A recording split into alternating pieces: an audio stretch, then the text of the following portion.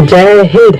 Welcome to my YouTube channel Mukesh Kumar lectures. इस lecture में देखने वाले हैं हम लोग क्लास 10th के बायोलॉजी। इसमें चैप्टर 5 देखेंगे। तो चैप्टर 5 जो है नियंत्रण एवं समन्वय, नियंत्रण एवं समन्वय एनसीईआरटी बुक के हिसाब से हम लोग देखेंगे। तो चैप्टर 2 होगा और हम लोग जो है भारतीय भवन के हिसाब से देखेंगे तो चैप्टर 5 होगा। तो हम लोग भारतीय भवन के हिसाब से देख रहे हैं, तो इसमें चैप्टर 5 हो रहा है। तो चैप्टर 5 में हम लोग देखेंगे नियंत्रण एवं समन्वय। तो इसको हम लोग जानते हैं कि नियंत्रण एवं समन्वय होता क्या है। तो नियंत्रण देखिए यहाँ रसायन के द्वारा होता है। नियंत्रण जो है पेड़ पौधा में रसायन के द्वारा होता है और इसमें कार्बनिक रसायन जो है हार्मोन होता है और यह कार्य करता है, वृद्धि करने का कार्य करता है। और जंतु में हम लोग देखेंगे तो तंत्रिका तंत्र के द्वारा होता है। विद्युत धारा इसमें प्रवाहित होता है, विद्युत धारा के द्वारा होता है और उसका कार्य है संवेदना। संवेदना के अनुसार यह कार्य करता है। और हम लोग देखेंगे इसमें टॉपिक कि पौधे में नियंत्रण एवं समन्वय कैसे होता है। इस टॉपिक को हम लोग जानेंगे। तो देखिए पौधों में गति सबसे पहले होगा। तो देखिए अब यहाँ है बीज से बाहर आना। फर्स्ट जो यहाँ पॉइंट है बीज से बाहर आना। देखिए मान लेते हैं कि हम कहीं पे किसी खेत में हम किसी बीज को बोते हैं। मान लेते हैं कि हम मसूर का ही दाल बोते हैं। तो मान लिया कि हम यहाँ एक मसूर का दाल बोए, तो यह इस साइड में जा सकता है, मतलब धरती के समतल में भी अगर इस साइड में जा सकता है, दूसरा इस साइड में नीचे भी जा सकता है, लेकिन वह ऊपर ही आता है। क्यों? तो उसको सबसे पहला उसमें कारण होता है कि उसको कार्बन डाइऑक्साइड चाहिए और दूसरा प्रकाश चाहिए। तो उस सबको प्रकाश और कार्बन डाइऑक्साइड नीचे नहीं बल्कि ऊपर मिलेगा। जमीन के ऊपर ही कार्बन डाइऑक्साइड और प्रकाश मिलेगा। नीचे में मिलेगा? आप लोग बताइए। तो नहीं मिलेगा, तो नीचे नहीं मिल पाएगा, तो इसलिए वो ऊपर की तरफ होता है। और दूसरा इसका कारण है उद्दीपन के लिए तत्काल अनुक्रिया करता है। मतलब किसी भी, जैसे मान गए कि हम लोग में है तो यहाँ पे अगर किसी कोई हमको टच किया तो हमको उद्दीपन के द्वारा पता चलता है कि हमको कोई टच किया। लेकिन उसमें भी यही, जैसे छुई का पौधा आप लोग देखते होंगे, तो छुई का पौधा है उसको आप लोग टच करेंगे तो वह डायरेक्ट फोल्ड हो जाएगा, बहुत जल्दी से फोल्ड हो जाता है। तो उसको हम लोग छुई का, जिसको हम लोग लजवंती का पौधा भी कहते हैं। हम लोग छुई के पौधा को हम लोग देहाती में लजवंती का भी पौधा कहते हैं। तो चलिए आगे चलते हैं। देखिए तीसरा पॉइंट है वृद्धि प्रेरित गति।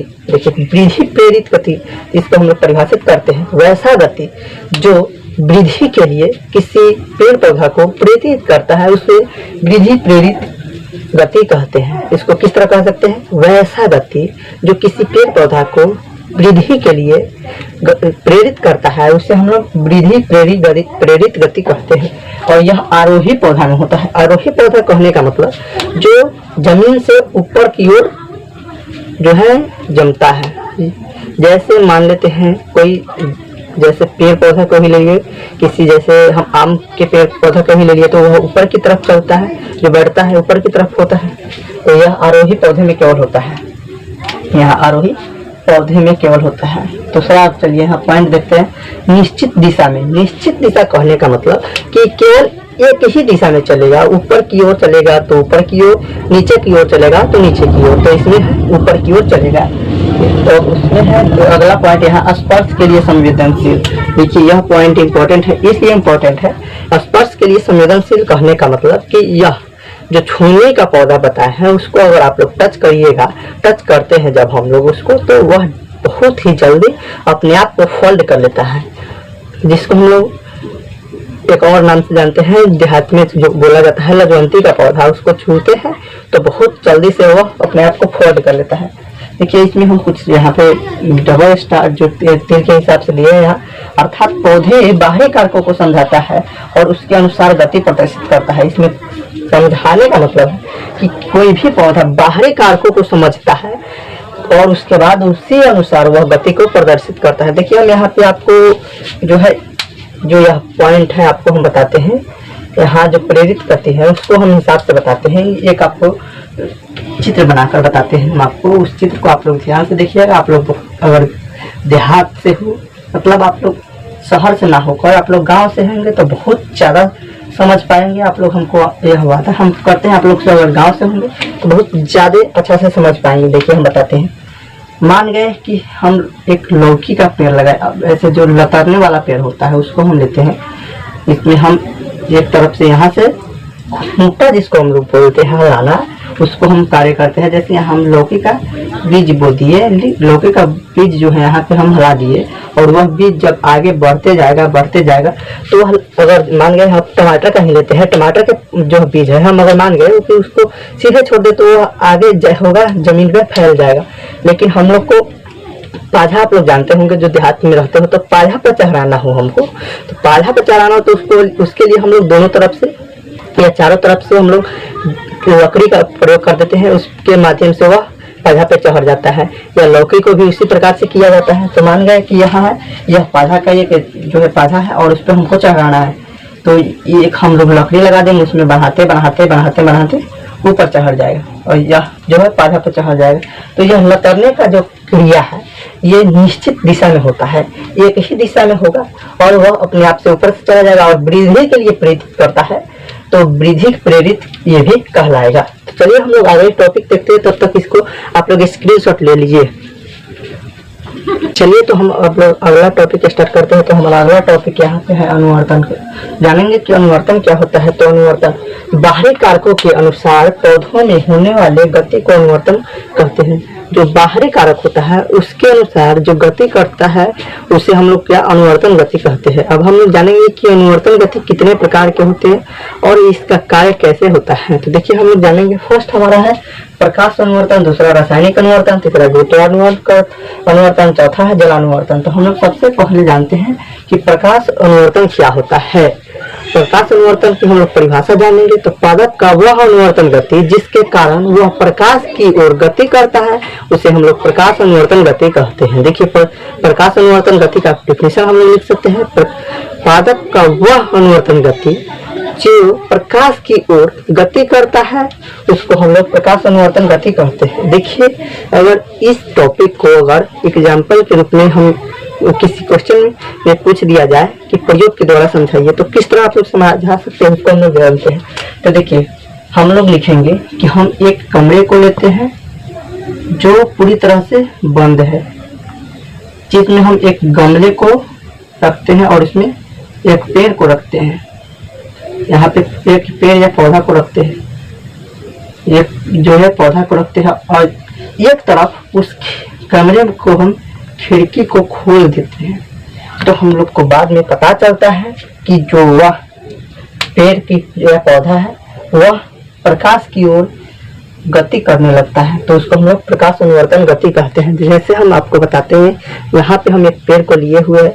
अगर मान लेते हैं कि इस रूम में हम पूरे अंधेरा कर दे, पूरा एकदम अंधेरा कर दे, यह पेड़ को हम लेते हैं और एक गमला में यह, तो जब यह पेड़ को हम गमले में रख करके पूरे कैमरा को अंधेरा कर दे और लास्ट में जो 2-3 दिन के बाद हम पुनः जो कमरा है उस कैमरे को हम लोग कमरा की खिड़की को खोलते हैं, तो हमको फिर 2-3 दिन बाद हमको पता चलता है कि वह जो पेड़ पौधा है, जो पौधा है वह खिड़की की ओर आकर्षित होने लगा है, यानी खिड़की की ओर गति करने लगा है, यानी प्रकाश की ओर गति करने लगा है। इसका कारण एक ही है। समझ में आ गया होगा आपको। अब हम लोग देखते हैं दूसरे रासायनिक अनुवर्तन गति। तो रासायनिक अनुवर्तन पादप का वह अनुवर्तन गति जिसके कारण वह रसायन की पदार्थों की ओर गति करने लगता है उसे रासायनिक पदार्थों की गति कहते हैं। इसको भी एग्जाम्पल के रूप में अगर आप लोग से पूछ दिया जाए तो यह इसी तरह आप दे सकते हैं। और यह स्टैंडर्ड क्लास में आप लोग से यह क्वेश्चन पूछा जाएगा, इसमें नहीं पूछा जा सकता है, क्योंकि जो यह है हम लोग को 12th क्लास में पढ़ना है। बायोलॉजी के पुष्प एक चैप्टर आता है, उसमें पढ़ना है कि इस तरह एक पुष्पांग रहता है, इस तरह पुष्प का बना रहता है, आपको बता देते हैं। इसमें इस तरह बना रहता है, इसी में एक रासायनिक पदार्थ रहता है। इसके बारे में हम लोग अगले क्लास में पढ़ेंगे, इतना इम्पोर्टेंट नहीं इसके लिए। तो इसको हम लोग पुष्प नलिका होती है उसी में यह जो है रासायनिक अनुवर्तन गति होता है। चलिए अब हम लोग जानेंगे अगला तीसरा गुरुत्वानुवर्तन गति। तो पादप का वह अनुवर्तन गति जो पादप गुरुत्वाकर्षण की ओर आकर्षित होने लगता है या उसी दिशा में जाने लगता है उसे गुरुत्वाकर्षण अनुवर्तन गति कहते हैं। गुरुत्वानुवर्तन गति कहते हैं। एग्जाम्पल के रूप में इसी तरह हम ले लेते हैं, इसको हम लोग बंद कर देते हैं, इसमें एक गमला है और इसको हम लोग इसको उल्टा कर देते हैं, तो गमला इसी की ओर नीचे की ओर आएगा। और यहाँ चौथा है जलानुवर्तन गति। तो इसको हम लोग लिख सकते हैं पादप का वह अनुवर्तन गति जो जल की ओर आकर्षित होने लगता है या जल की दिशा में जाने लगता है, उसको हम लोग कहते हैं जलानुवर्तन गति। तो चलिए हम लोग इसके आगे हम लोग अगला टॉपिक देखते हैं, तब तक आपको लोग इसका स्क्रीनशॉट लीजिए। चलिए तो अगला टॉपिक स्टार्ट करते हैं। तो हमारा अगला टॉपिक है यहाँ पे पादप हार्मोन। तो पादप हार्मोन क्या होता है इसको जानते हैं। वह रासायनिक पदार्थ जो पादप में स्रावित होकर इस पर नियंत्रण एवं समन्वय बनाए रखता है उसे पादप हार्मोन कहते हैं। इसका कहने का मतलब है जो पादप में स्रावित होकर पादप को एकदम अच्छा से रखता है उसे हम लोग पादप हार्मोन कहते हैं। इसका सिंपल सा डेफिनेशन हम लोग ये ले लेते हैं। ये वह रासायनिक पदार्थ जो पादप में स्रावित होकर इस पर यानी कि पादप पे नियंत्रण एवं समन्वय बनाए रखता है उसको हम लोग पादप में क्या कहते हैं, पादप का हार्मोन कहते हैं। अब इसका प्रकार हम लोग जानते हैं कि पादप हार्मोन कितने प्रकार के होते हैं रासायनिक संगठन एवं कार्य के आधार पर। तो हम लोग फर्स्ट लेते हैं ऑक्जीन। यहाँ पे है ऑक्जीन। ऑक्सीजन क्या करता है कि कोशिका विभाजन एवं कोशिका दीर्घन करता है। कोशिका विभाजन एवं कोशिका दीर्घन का मतलब होता है कि यह पेड़ पौधे को बढ़ाने का काम करता है। जैसे यहाँ पे हम पेड़ को जो दिखाए थे, जो पौधा को दिखाए थे, इसको अगर हम नहीं उखाड़ते तो यह और बड़ा होता, बड़ा होते जाता, यह अपने समय तक बड़ा होते जाता है। तो यह काम करता है, यह कोशिका को बढ़ाने का काम करता है यह। और दूसरा है जिब्रेलिन।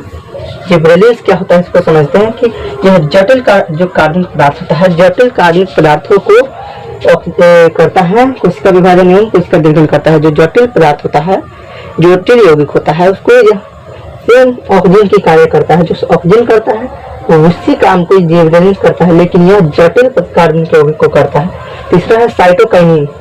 साइटोकाइनिन का जो काम है वह भ्रूण पोषक जड़ को बनाए रखता है अच्छे तरह से। जैसे जड़ को है तो वो जड़ को अच्छे तरह से पकड़ बनाए रखता है मिट्टी से और भ्रूण पोष का कार्य करता है। और इसका कार्य है कोशिका द्रव्य में विभाजन करना, पर्णहरित लवण यानी पत्तियों को हरा रखने का काम करता है। क्या साइटोकाइनिन पत्तियों को हरा रखने का काम करता है, उसका पत्तियों का अधिक समय तक रखता है।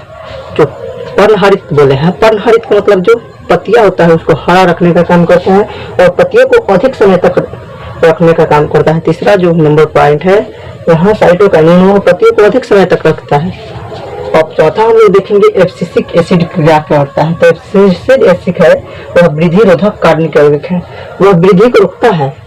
जैसे यहाँ साइटोकाइनिन है, वृद्धि को ये साइटोकाइनिन हो गया या यह जो जिब्रेलिन और ऑक्सीजन हो गया वह जो है पेड़ पौधों को बढ़ाता है, लेकिन एब्सिसिक एसिड है वृद्धि रोधक है एवं कार्बनिक यौगिक है। और यहाँ पॉइंट करते हैं ऑक्सीजन और जिब्रेलिन प्रभाव को उल्टा करता है। ऑक्सीजन क्या करता है और जिब्रेलिन क्या करता है, पेड़ पौधों को बढ़ाता है।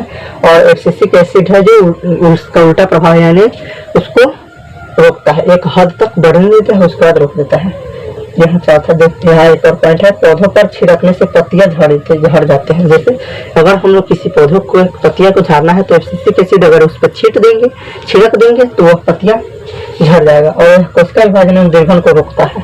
कोशिका विभाजन एवं दीर्घन का कहने का मतलब है कि पेड़ पौधा को बढ़ाने से ये रोकता है। मान गए कि कोई पेड़ है वो बढ़ते जा रहा है और अगर उसको हमको रोकना है तो एब्सिसिक एसिड उस पर लगा देंगे, छिड़क देंगे तो वह जो है रोक देगा पेड़ को। और अगला पांचवा पॉइंट एथिलीन है। एथिलीन एक गैसीय रूप में होता है और यह जो है फलों को पकाने का काम करता है। क्या करता है, फलों को पकाने का काम करता है एथिलीन। एथिलीन फलों को पकाने का काम करता है। जब फल बड़ा हो जाता है, पकने लायक हो जाता है, तो जो यह एथिलीन गैस है जा करके उस पत्तियों जो फल होता है फल में जाकर तो उसको अपना गैस प्रदान करता है और उससे फलों को पकाने का काम करता है। इसका काम यही है। और यह फलों को पकाने का कार्य करता है। पौधों के अग्रभाग में संश्लेषित होता है, पौधों के अग्रभाग में होकर संश्लेषित होकर और पौधों के जो फल होते हैं उसको पकाने का काम करता है। इसका हम एग्जाम्पल एक कृत्रिम रूप से बताते हैं। कृत्रिम रूप में मानव जो काम करता है, मान गए इसको अगर कोई मान गए आम को पकाना होता है तो आप लोग करवाइट का नाम सुने होंगे। करवाइट ज्यादातर लोग बोलते हैं देहात में कि करवाइट, तो उसी करवाइट को हम लोग इस यहाँ एथिलीन है, एथिलीन बताना है, लेकिन करवाइट हम लोग देहाती भाषा में बोलते हैं, उसका नाम एथिलीन होता है। वो एथिलीन गैस के रूप में होता है, लेकिन उसी को हम लोग यहाँ सॉलिड फॉर्म में जो है बाजार में यानी मार्केट में मिलता है, सॉलिड फॉर्म में यह एथिलीन मिलता है। उसको हम लोग अगर एक रात को लिए या एक दिन के लिए रख देते हैं किसी को, जो हम लोग एक बर्तन में अच्छी तरह से तोप ताप के रख देंगे तो वह अगले दिन अच्छा तरह से पक जाएगा और पीला हो जाएगा, एकदम लगेगा कि वो अपने से ही पीला हुआ है और पका हुआ है। तो यह एथिलीन गैस का कमाल है, यानी कार्बाइड का कमाल है। तो आज के लिए इतना ही, हम अगले वीडियो में देखेंगे पार्ट 2। आज तक ये जो अभी तक जो टॉपिक पढ़ाए हैं, समझाए हैं, अगर आप लोग को समझ में आया होगा, जो हाँ अच्छा आपको लगा होगा, तो आप लोग मेरे जो कमेंट बॉक्स है खुले हुए हैं, उसमें आप लोग कमेंट करके बता सकते हैं कि वीडियो कैसा है, और एक लाइक कर दें जिससे हम लोग को मोटिवेशन मिलता है, और साथ में शेयर करें अपने फ्रेंड्स के पास, तथा चैनल को सब्सक्राइब करें अगर नए हैं तो, और इसमें बेल आइकन को दबाना ना भूलें ताकि आपको जो भी वीडियो हम अपलोड करें सबसे पहले आप तक नोटिफिकेशन प्राप्त हो। और अगर आप लोग टेलीग्राम में जुड़ जाएंगे तो आपको किसी भी बोर्ड का किसी भी प्रकार का नोटिफिकेशन हो आपको उस टेलीग्राम में मिलता रहेगा। आप लोग टेलीग्राम से ज्वाइन होना ना भूलें। फेसबुक पेज का भी लिंक नीचे डिस्क्रिप्शन बॉक्स में दिया गया है। इंस्टाग्राम पे आप लोग हमसे कोई क्वेश्चन अगर आपको समझ में नहीं आता, इंस्टाग्राम पे आप पूछ सकते हैं या कमेंट बॉक्स में आप लोग पूछ सकते हैं। हाँ, एक इम्पोर्टेंट बात आपको बताना था, द कश्मीरी फिल्म अभी द कश्मीर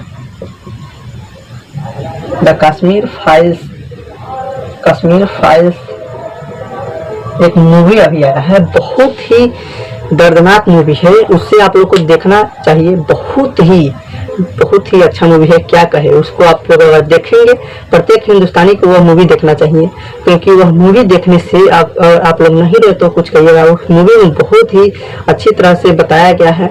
इसमें अनुपम खेर जैसे कलाकार, ये मिथुन दा जैसे कलाकार, इतने भी बहुत ही अच्छे कलाकार इसमें काम किए हैं। तो द कश्मीर फाइल्स एक सच है, आप लोग उसको देखने का प्रयास करें। आज के लिए इतना ही, जय हिंद।